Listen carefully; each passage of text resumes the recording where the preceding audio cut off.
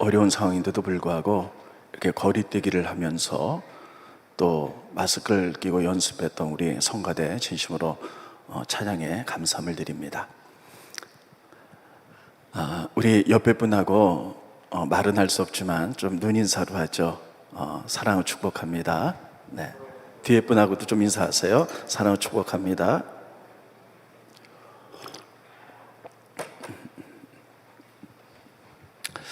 오늘은 여러분들에게 무슨 말씀을 증거할까 하다가 에스라에 대해서 좀 말씀을 전하도록 하겠습니다.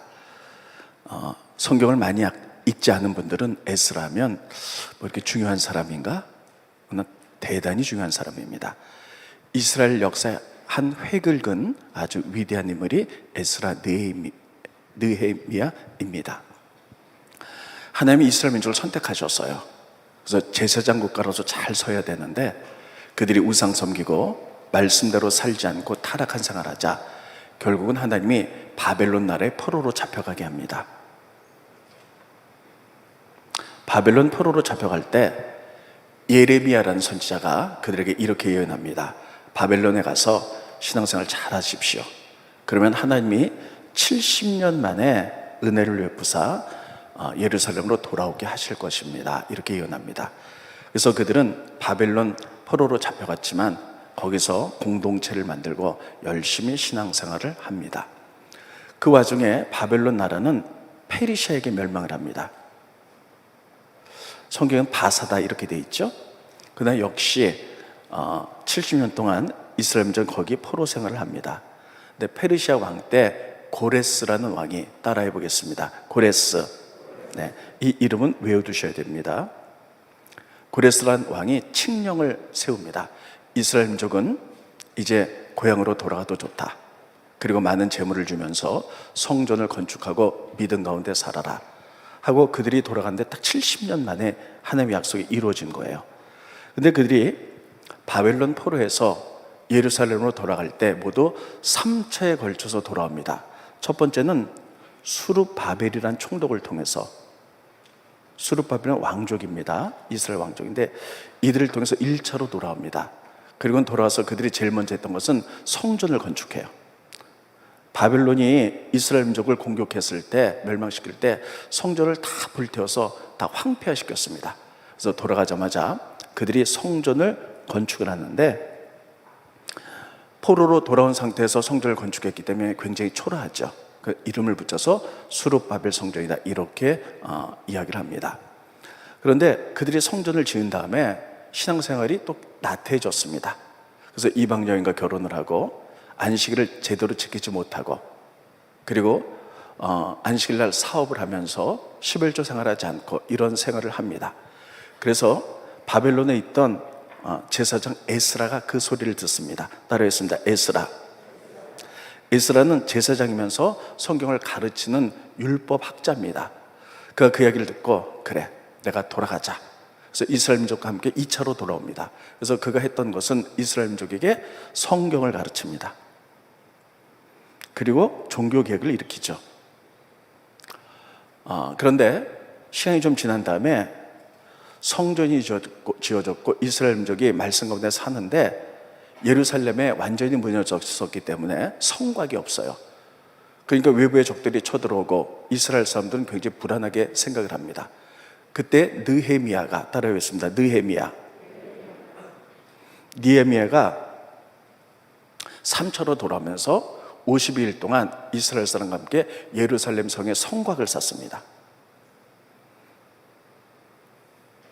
그리고 독립할 준비를 하게 됩니다. 이게 구약의 가장 마지막 이야기입니다. 성경은 에스라, 느헤미야 이렇게 성경이 분류되어 있지만 원래는 한 권의 책으로 되어 있습니다. 아무튼 이렇게 3차에 걸쳐서 돌아왔다. 다시 한번 정돈하면 1차는 수룹바벨을 중심으로 돌아와서 성전을 건축했고 2차는 에스라라는 제사장 그리고 성경 학자가 돌아와서 성경을 가르쳤고 세 번째는 느헤미야가 돌아와서 성곽을 쌓았다. 이렇게 3차에 걸쳐서 돌아오게 됩니다.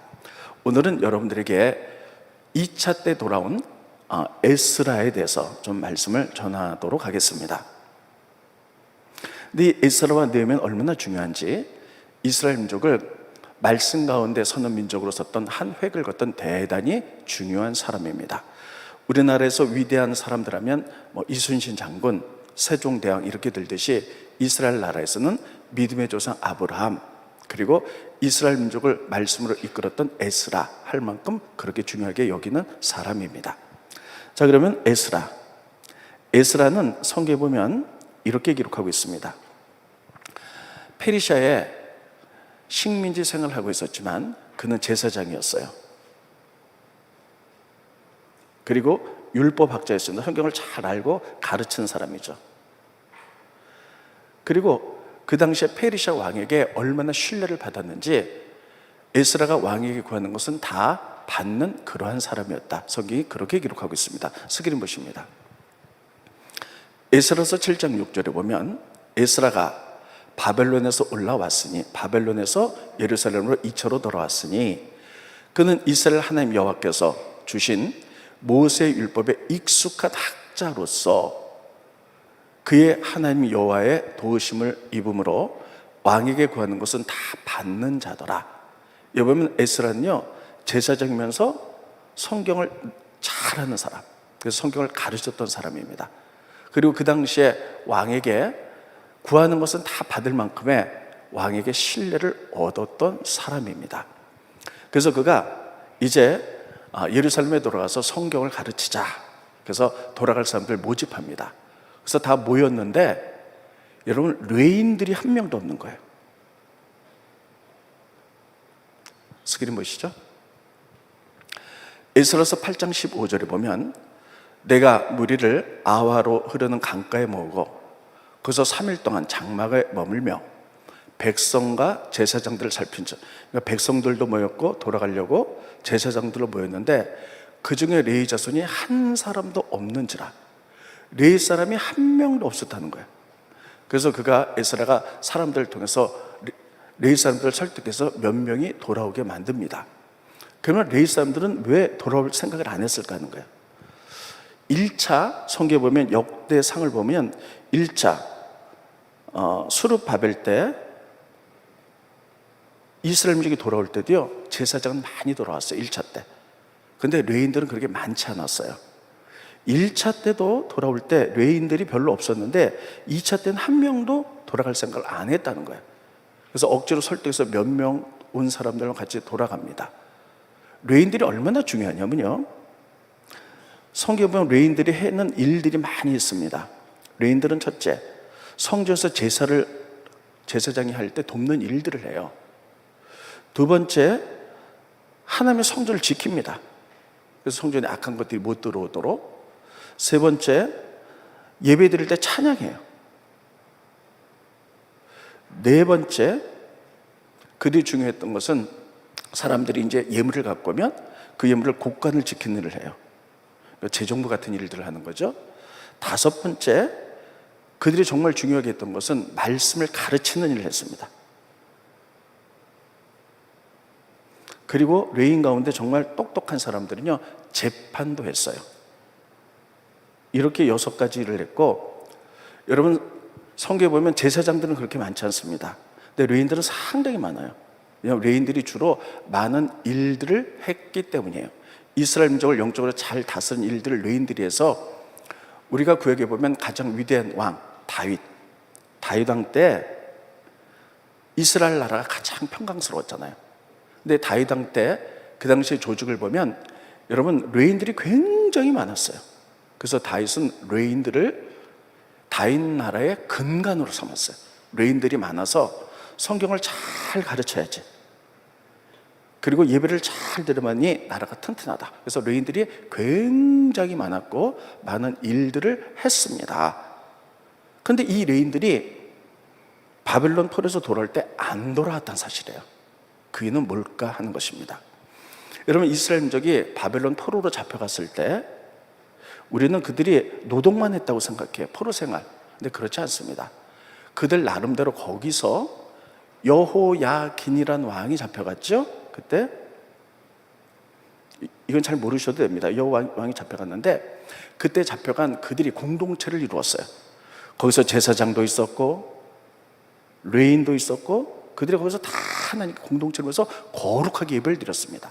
그러니까 이 레인들은요, 바벨론 포로로 잡혀갔지만 거기서 다 제사를 돕는 일들, 성경을 가르치는 일들, 또 이런 일들을 다 열심히 했습니다. 그런데 하나님의 역사는 뭐냐면요, 예루살렘에서 나라가 멸망했잖아요. 바벨론 포로로 잡혀갔다 70년 만에 다시 예루살렘으로 돌아오는 게 하나님의 뜻이었어요. 근데 70년 살면서 이들은 여기서 안정된 생활을 했습니다. 말이 70년이지 굉장히 긴 세월이죠. 그래서 70년 동안에 그들이 이스라엘 포로로 잡혀갔지만 여호야긴 왕을 중심으로 해서 그들이 예배드렸고 조직을 만들었고 제사도 드렸고 레인들도 말씀을 해서 열심히 활동을 했습니다. 그리고 레인들의 생활이 안정이 됐었어요. 그리고 그들은 70년 만에 돌아가기를 굉장히 오랫동안 기도했습니다. 드디어 돌아갈 때가 됐는데 레인들이 돌아가려고 생각하니까요, 자기 안정한 것을 다 내려놔야 된다는 거예요. 예루살렘은 다 무너졌기 때문에 거기에 돌아가면 다시 다 황무지를 개간해야 되고 성전을 지어야 되고 그리고 백성들을 하나하나 다 가르쳐야 되고 엄청나게 고생을 해야 됩니다. 그러니까 레인들이 생각하기에 우리가 돌아갈 필요가 있어? 우리가 여기서도 지금 레인의 역할을 잘 감당하고 있잖아. 이 공동체에서 지금도 잘 제사를 돕고 있고 말씀을 가르치고 있잖아. 그런데 돌아가면 우리가 지금 여기서 안정되게 살고 있는데 돌아가면 그 안전한 거 다 내려놔야 되고 가면 생고생을 해야 되는데 하나님의 일 안 하는 것도 아니고 여기서 하고 있는데 굳이 돌아갈 필요가 있어? 그래서 그들이 안 돌아갔다는 것이에요. 여러분, 우리는 하나님의 역사, 하나님이 지금 어떻게 일하시고 어떤 비전을 갖고 움직여 나가는 것을 잘 알아야 됩니다. 그리고 그 뜻대로 따라 움직이는 것이 믿음인 줄 믿습니다. 예루살렘에서 하나님이 지정한 장소죠. 바벨론 포로로 잡혀갔다가 70년 만에 다시 예루살렘에 돌아오는 게 하나님의 뜻이었어요. 근데 그 뜻을 알면서도 막상 돌아가려고 하니까 다 내려놔야 돼요. 가서 생고생을 해야 돼요. 자기들은 이미 안정돼 있어요. 하나님 일 안 하는 것도 아니에요. 여기서 하나님 일 하면 되잖아. 굳이 돌아가서 이럴 필요가 있을까? 하고 적게 돌아가고 안 돌아갔다는 사실입니다. 여기서 하나님이 우리에게 주시는 귀한 교훈들이 있어요. 여러분, 우리들이 신앙생활 할 때 하나님이 어떻게 움직여 나가는가를 바라보는 것은 굉장히 중요합니다. 하나님은 지금 이 시대에 뭘 하고 계신가? 우리 교회가 어떻게 일하기를 원하시고 계시는가 하는 것들이에요. 지금까지 하나님이 이렇게 일하셨지만 또 하나님의 큰 비전들은 이런 것들이에요. 그렇다면 여러분, 우리가 지금 여기에서 하나님의 그 뜻대로 그동안 다 신앙생활하면서 열심히 헌신도 하고 봉사도 해요. 근데 하나님이 계획은 더 나가서 어떤 일을 하는 거라고 한번 생각해 보세요. 그렇다면 이 일을 하려면 많은 물질적인 투자와 또 우리들이 헌신해야 되고 여러 가지 사역도 힘들고 어려운 일이 있을 수 있습니다. 그럼 많은 사람들이 이럴 수 있죠. 아니, 여기서 안정되고 여기서도 봉사하는데 굳이 뭐 이런 일 할 필요가 있어? 안정되면 좋지. 뭘 굳이. 또 하나님이 원한다고 이런 데 가가지고 다시 다 힘들게 계속해서 이런 걸 할 필요가 있어? 이렇게 하는 경우가 많이 있다는 사실이에요. 저도 개척해서 여기까지 왔지만 나이가 60이 넘다 보니까요, 이제 안정된 게 좋아요. 좀 그냥 좀 안정되게 좀 편안하게 갔으면 좋겠다. 근데 그것은 인간적인 개인의 뜻이고, 하나님은 끝없이 하나님 나라를 위하여 때론 나의 안정감을 내려놓고 용기 있는 믿음 한 발짝 더 뛰는 것을 원한다는 사실을 기억하시기 바랍니다. 하나님 그런 사람을 들어 쓰세요. 아까도 얘기했지만 성경에 보면 레인들은 힘들고 어려워서 안정됐으니까 여기서 계속 머물는데 하나님의 역사 이걸로 다 끝나버리고 말이에요. 계속해서 이제 예루살렘으로 돌아온 사람들을 통해 성경에 기록되고 있는 거예요. 그러므로 우리가 기억해야 될 것은, 믿음이라는 것은 끊임없이 하나님이 어떻게 일하고 계신가, 어느 곳에 하나님의 마음이 있는가를 바라보는 것. 근데 우리는 신앙생활을 조금 열심히 하면 그냥 안주하려고 그러죠. 여기서 이렇게 열심히 하면 되지, 뭘 또 이렇게 할 수가 있어? 성경에 보면 하나님은 때로는 힘들고 어려워도 이게 하나님의 뜻이라면 믿음의 용기를 가지고 한 발짝 내딛는 삶을 통해서 하나님의 역사를 이룬다는 사실을 반드시 기억하시기 바랍니다. 대표적인 사람이 아브라함이에요. 아브라함 아시죠? 믿음의 조상인데 갈대아 우르에서 살고 있었어요. 고대, 지금부터 4,000년 전에는요 굉장히 야만의 시대였어요. 그래서 나라들도 다 작았고 도시가 국가였어요. 우르는 하나의 도시 국가. 그러니까 우르에서 살면은요 도시가 보호해줘요. 성곽에 그러니까 안전하게 살 수 있어요. 하나님이 아브라함에게 이렇게 얘기합니다. 아브라함아, 넌 믿음의 조상이 되기 위하여 내가 너에게 지시한 땅으로 떠나라. 떠나는 거예요. 근데 이 떠나는 게, 그래서 가나안 땅에 들어가는 게 보통 어려운 일이 아닙니다. 이거는 목숨을 내어놓지 않고는 할 수가 없는 일이에요. 왜냐면 성 안에서 살 때는 안전했지만 성곽을 떠났다. 그러면 아무도 자기를 보호해주지 않습니다. 그러면 야만의 시대였기 때문에 많은 야만인들이 있어요. 그래서 성곽을 떠났다 그러면 이 야만인들이 쳐들어와서요 남자는 죽여요. 그 재산을 빼앗고 여자는 겁탈해버리고 아이들은 노예로 팔아버리는 이런 무서운 시대입니다. 아브라함도 성곽을 떠나면 그럴 수 있어요. 너무너무 두려운 거예요. 그러나 하나님의 계획을 알았기 때문에 여기를 떠날 수 있었던 거예요. 두려웠지만 하나님을 믿고 믿음의 용기로 한 발짝을 내밀었을 때 하나님이 아브라함을 들어쓰셨다는 사실을 기억하시기 바랍니다. 만약에 아브라함이 하나님, 전 여기서 편해요. 굳이 내가 나이가 75세인데 내가 이렇게 뭐 갈 필요가 있을까요? 전 여기서 이렇게 편하게 안정되게 신앙생활하다가 이제 끝날 일입니다. 그러면 하나님이 아브라함, 여러분 뭐라 그러지 않으세요? 아브라함 막 책망하거나 너 불순종해서 이러지 않으세요. 그래, 내가 새 역사를 창조하려고 하는데 내 믿음 여기밖에 안 되는구나. 그냥 아브라함 그냥 여기서 편하게 살다가 신앙생활하다 천국 가게 만들고요, 하나님의 부르심에 힘들고 어려도 예스, 제가 하겠습니다, 응답하는 사람을 통해서 역사한다는 사실이에요. 하나님 그런 사람을 찾으셨을 거예요. 또 여러분 잘 아는 대로 예수님 어머니 마리아도 마찬가지입니다. 마리아가 거룩한 처녀였을 때 천사가 나타나서 이야기하죠. 네가 임신하여 아이를 낳게 될 것이다. 깜짝 놀라죠. 나는 남자를 알지 못했는데 어떻게 아이를 낳습니까? 하나님의 거룩한 성령이 너에게 임할 테니 네가 아이를 낳을 것이다. 그는 메시아가 될 것이다. 주의 계집종에게 이루어지길 원합니다. 이렇게 얘기를 하죠. 여러분 그 당시에 처녀가 임신을 하면은요 가문의 망신이고 구약의 레위기법에 의하여 돌에 쳐서 죽이는 관습이 있었어요. 마리아가 하나님 말씀에 메시아를 탄생하는 이런 위대한 역사, 그렇지만 두려움이 있잖아요. 내가 처녀로서 임신을 하면 돌에 맞아 죽을 수도 있는데, 그래서 하나님 앞에 아니요, 저 안 하겠습니다. 이런 일 안 하고 그냥 좀 평범하게 하나님 잘 믿다가 그냥 천국 가겠습니다. 그렇다면 하나님 마리아한테 뭐라 그러지 않으세요. 그래, 너 믿음이 고만큼이니까 그렇게 해라. 그리고 하나님은요 또다시 이렇게 말할 때에 주의 말씀대로 이루어지길 원합니다. 제가 여기 있습니다. 나를 사용하십시오. 힘들고 어려움에도 불구하고 주님의 비전 가운데 응답하는 또 다른 여인을 통해서 역사했을 거예요. 하나님 그렇게 새 역사를 인도해 가십니다. 근데 마리아는요 그럼에도 불구하고 말씀대로 이루어지길 원합니다. 돌에 맞을 수도 있습니다. 가문이 망신을 당할 수도 있습니다. 그러나 하나님의 위대한 역사, 새로운 비전에 저를 사용하십시오. 이랬을 때 하나님 그런 사람을 통하여 하나님의 위대한 하나님의 나라 비전을 이뤘다는 사실을 기억하시기 바랍니다. 교회가 점점 커가면서 또 저도 나이가 먹어가면서 여러분들이 신앙생활을 오래 하면서 자꾸만 안주하려는 경향이 있어요. 그것을 보면서 여러분 그 믿음도 좋지만 하나님이 지금 어디서 어떻게 무엇을 하고 계신가를 보면서 우리가 새로운 비전을 꿈꿀 때 그렇습니다 주님, 그 일은 힘들고 어려도 제가 안정하고 싶지만 믿음의 용기를 내서 하겠습니다 하는 사람들을 통해서 역사하신대. 그런 사람들이 여러분과 저 우리 교회가 될 수 있기를 예수님의 이름으로 축원드리겠습니다. 하나님이 첫 번째 우리에게 주신 교훈이 바로 이것입니다. 두 번째, 그래서 에스라가 돌아와 보니까 기가 막힙니다. 사람들이 성전을 지어놓고 다 형식적으로 예배드려요.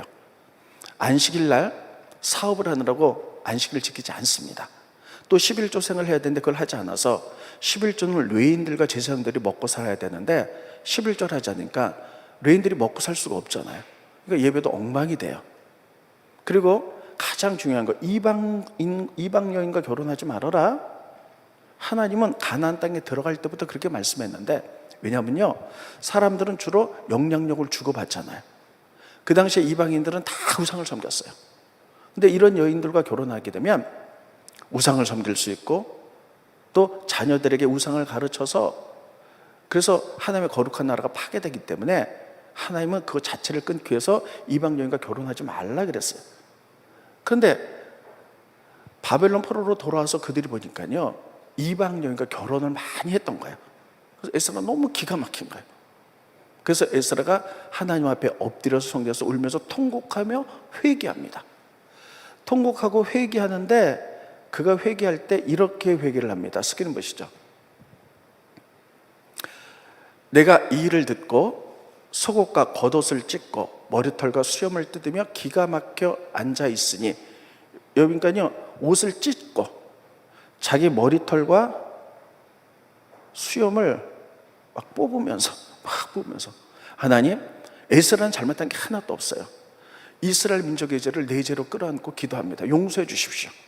그래서 회개할 때 자기는 잘못한 거 없으나 자기의 머리털과 막 수염을 뜯으면서 옷을 찢으면서 회개했다는 거예요.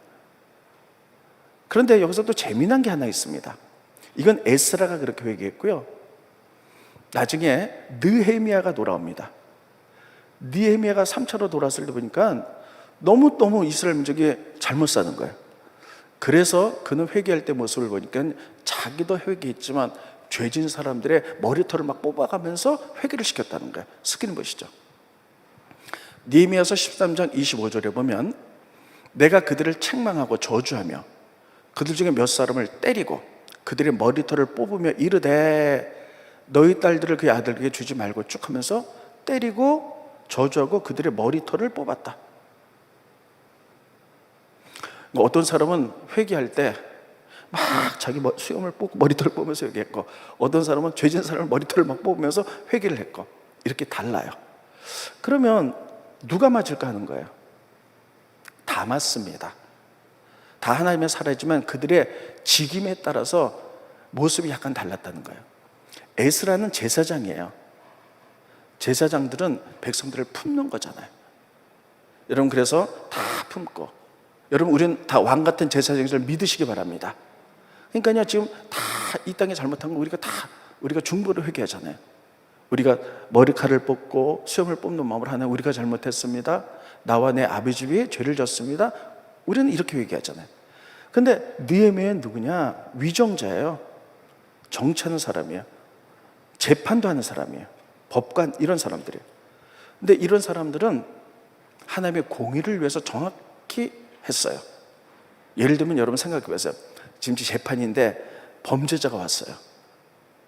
근데 재판관이 내 죄 때문입니다 막 이러면서 그 사람을 용서해 줬다고 생각한다면, 여러분, 공의와 정의가 어지러워졌겠죠.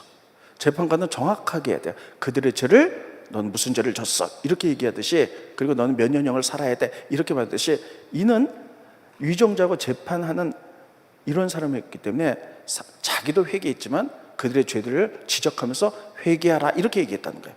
아무튼 이거는 회개 양상이 약간 달랐습니다만, 에스라는 이렇게 막 울면서 막 회개를 했어요.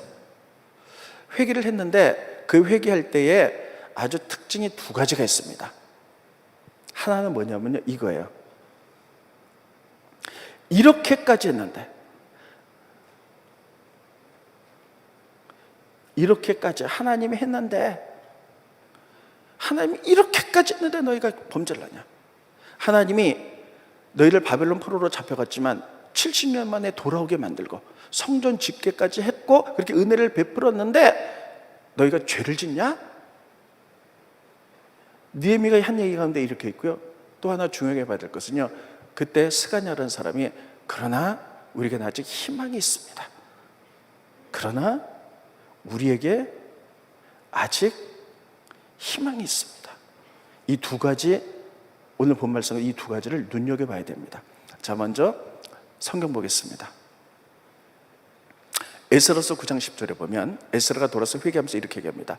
우리 하나님이여, 이렇게 하신 후에도 하나님이 이스라엘 민족을 바벨론 포로로 돌아오게 하시고 성전 짓게 만들고 은혜를 베푸셨는데, 이렇게까지 하신댔는데도 우리가 주의 계명을 저버렸사오니 이제 무슨 말씀을 하오리까? 이렇게까지 했는데 죄 졌냐? 이러는 거예요. 저는 지난주 이 말씀을 묵상해 보면서요, 우리들의 모습을 봅니다. 하나님이 이렇게까지 하셨어요. 하나님이 당시에 독생자를 이 땅에 보내셔서 십자가에 피 흘려 죽기까지 하셨는데, 그래서 우리 죄를 용서하셨는데 얼마나 지금 저에게 관영한가 몰라요. 우리 마음속에 더러운 것들, 주변에 이런 더러운 죄악들을 보면서 하나님이 이렇게까지 하셨는데 이 땅에 저에게 점점 만연하구나, 정말 회개할 때가 됐다, 나부터 좀 회개해야 되고 우리 모두 회개 시간으로 돌아가야 된다 하는 이런 생각을 갖습니다. 그리고 그 회개할 때 어떤 일이 벌어졌냐면요, 울면서 막 수염을 뽑으며 머리카락을 뽑고 회개하니까요, 그 모습을 보고 남녀 그리고 아이들이 많이 와서 같이 울면서 회개했다는 거예요. 스크린 보십니다. 에스라가 하나님의 성전 앞에 엎드려 울며 기도하여 죄를 자복할 때에 많은 백성들이 크게 통곡하며 이스라엘 중에서 백성의 남자 여자 어린아이의 큰 무리, 애들이 많이 왔다는 거예요. 그 앞에 모여서 같이 통곡하며 회개했다는 거예요. 그래서 에스라가 같이 막 울고 할 때 그 가운데 이스라엘 민족 가운데 성결하게 살았던 남자 여자 어린아이들이 다 하면서 같이 울면서 회개합니다. 에스라가 너무 가슴이 아파서 옷을 찢고 수염과 머리카락을 보면서 회개하니까요, 스가냐라는 사람이 이렇게 얘기합니다.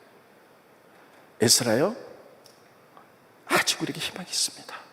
스크린 보시죠. 스가랴서 에스라 10장 2절에 보면 엘람 자손 중 여히엘의 아들 스가냐가 에스라에게 이르되, 우리가 우리 하나님께 범죄하여 이 땅 이방 여자를 맞이하여 아내로 삼았으나 이스라엘에게 아직도 소망이 있나니. 한번 따라하겠습니다. 2절 다시 보여주세요. 이스라엘에게 아직도 소망이 있나니. 에스라에 아직 소망이 있습니다. 당신 말씀하세요. 그래서 이방 여인들과 결혼한 사람들 다 내보내세요. 그럼 하나님 우리를 용서하실 것입니다. 넘겨주시고요, 곧 내 주의 교훈을 따르며 우리 하나님의 명령을 떨며 준행하는 자의 가르침을 따라 이 모든 아내와 그들의 소생을 다 내어보내기로 우리 하나님과 언약을 세우고 율법대로 행할 것이라. 말씀대로 잘못된 것을 도려내십시오. 지금 이방 여인과 다 결혼해서 이렇게 된 모습들을 보면서 이렇게 통해 자복하나 우리에게 아직 희망이 있습니다. 그거 도려내면 됩니다. 이렇게 얘기하는 거예요. 그래서 에스라가 딱 멈추고요, 이스라엘 방백들 다 모아요.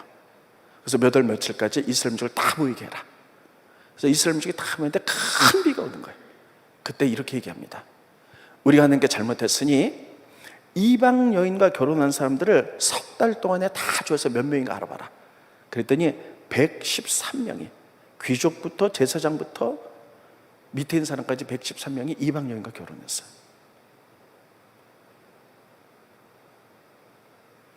그런데 에스라서 가장 마지막 때를 보면 우리가 눈여겨봐야 될 부분이 있습니다. 스크린 보시죠. 에스라서 10장 44절에 보면 다 했더니 113명인데 이상은 모두 이방 여인을 아내로 맞이한 자라. 이걸로 끝나면 좋겠는데 한마디가 더 붙었어요.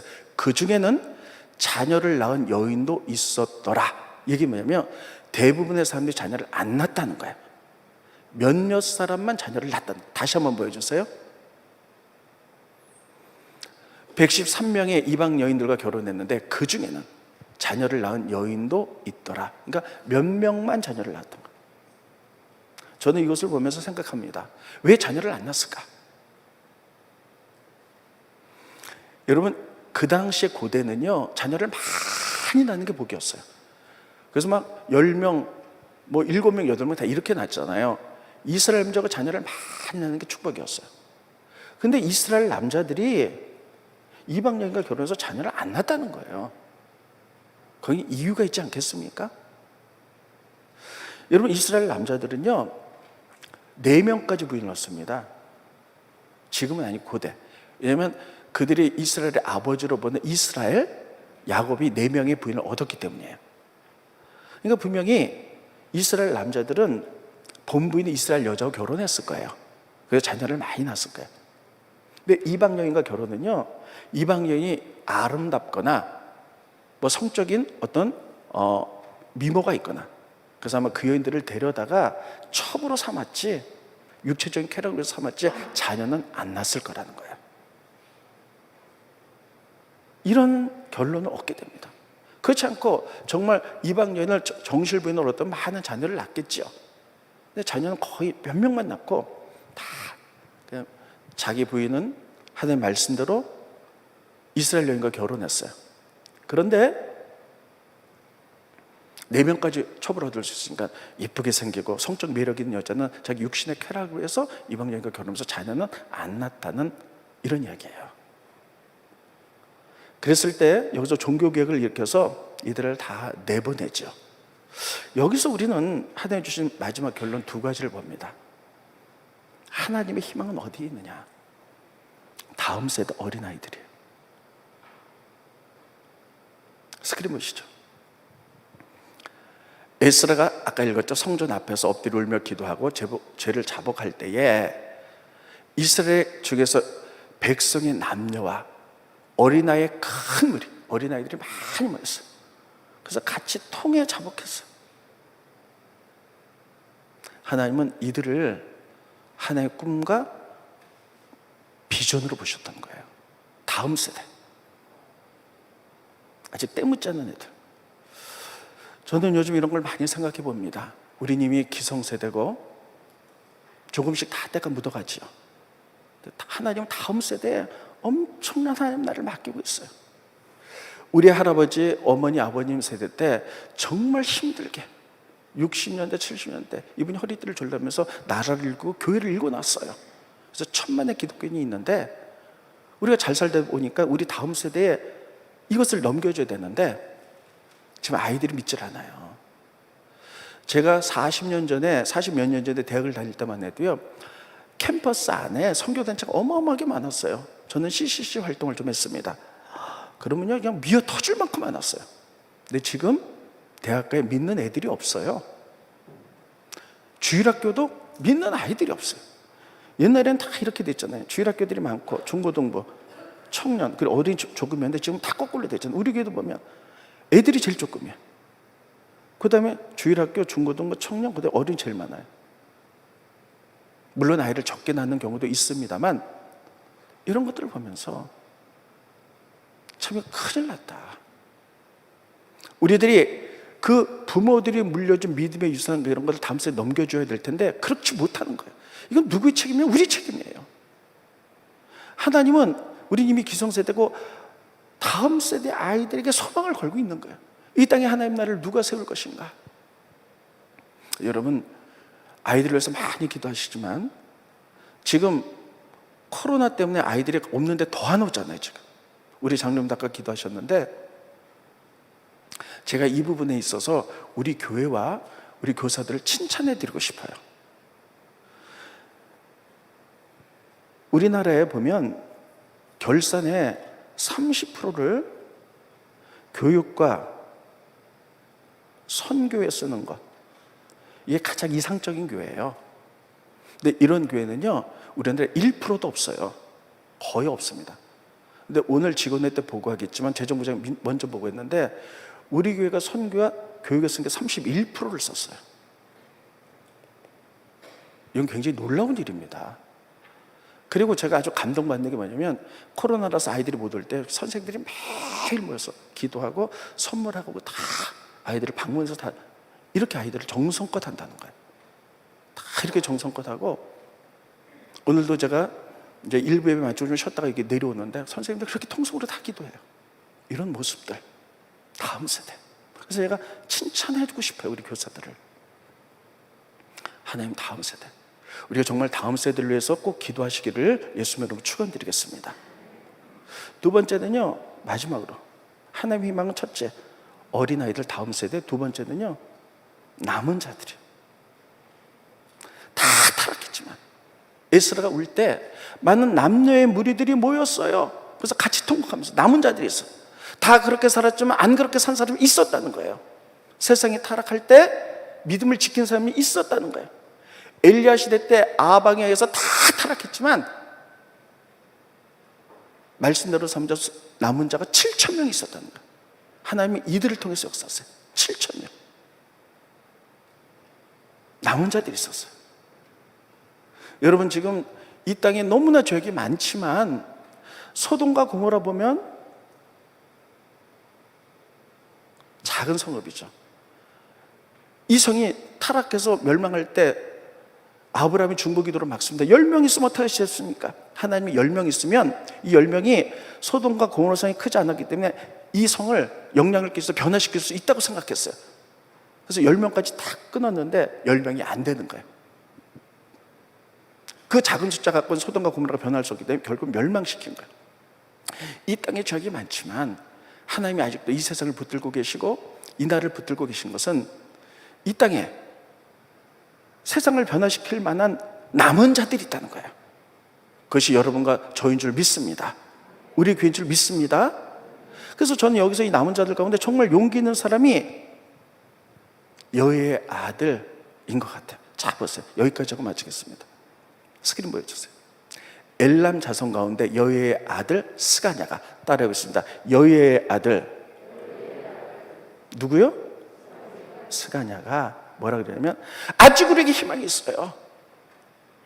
이방 여인과 결혼한 사람을 다 내쫓으십시오. 그래가지고 석 달 동안 이방인과 결혼한 사람들을 다 조사했는데 명단이 나오는데 그 가운데 누가 있었느냐? 자기 아버지 여히엘이 있었던 거예요. 스가냐는 알았어요.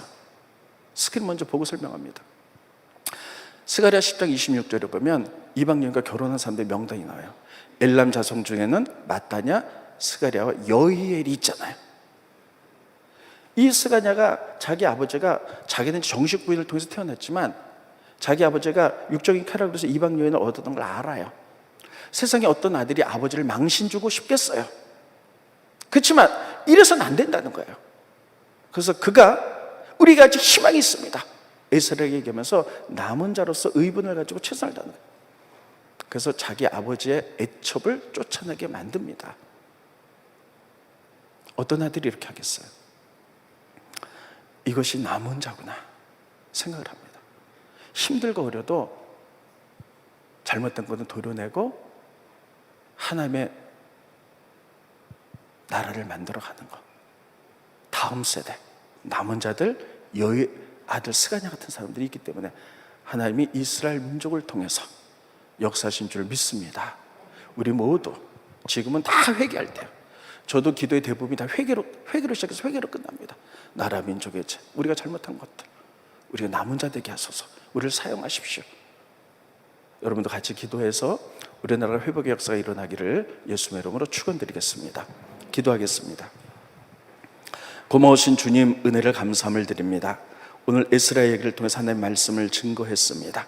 하나님의 소망, 어린 다음 세대들, 그리고 이제 남은 자들입니다. 하나님, 이 땅의 믿음이 계속 연결될 수 있도록 다음 세대를 위해서 기도하게 하게 하시고, 특별히 우리들이 영적으로 남은 자들이 될 수 있도록 축복하여 주셔서 이 땅에 하나님 나라가 다시 세워지게 하게 하시고, 물이 바다 덮음같이 하나님의 영광이 끊이지 않고 일어날 수 있도록 축복하여 주시옵소서. 예수님의 이름으로 기도합니다. 아멘.